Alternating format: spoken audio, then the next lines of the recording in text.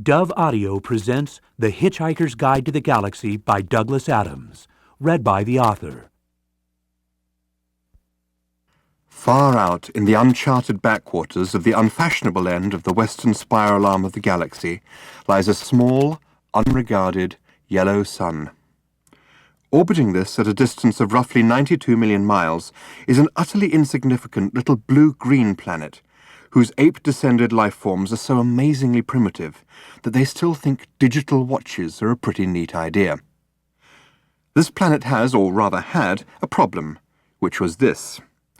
Most of the people living on it were unhappy for pretty much of the time.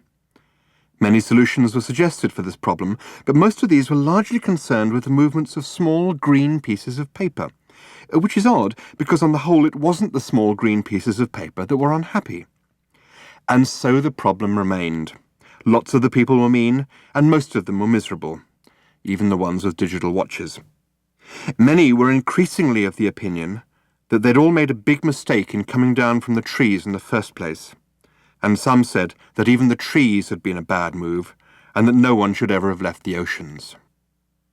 And then, one Thursday, nearly 2,000 years after one man had been nailed to a tree for saying how great it would be to be nice to people for a change, a girl sitting on her own in a small cafe in Rickmansworth suddenly realized what it was that had been going wrong all this time. And she finally knew how the world could be made a good and happy place.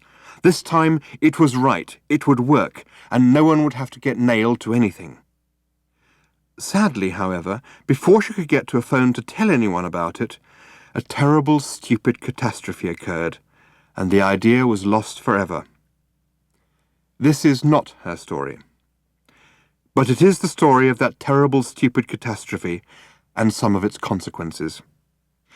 It is also the story of a book called The Hitchhiker's Guide to the Galaxy.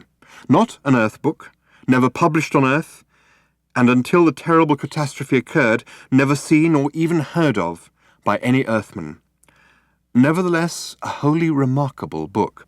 In fact, it was probably the most remarkable book ever to come out of the great publishing corporations of Ursa Minor, of which no Earthman had ever heard either.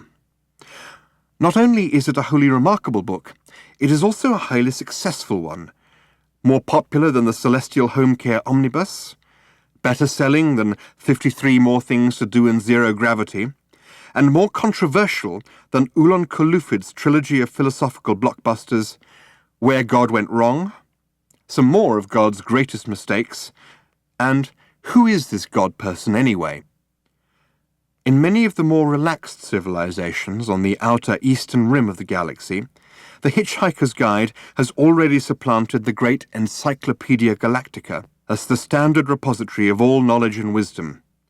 For though it has many omissions and contains much that is apocryphal or at least wildly inaccurate, it scores over the older, more pedestrian work in two important respects.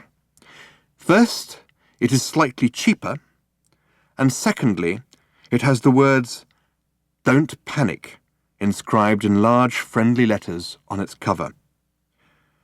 But the story of this terrible, stupid Thursday, the story of its extraordinary consequences, and the story of how these consequences are inextricably intertwined with this remarkable book, begins very simply.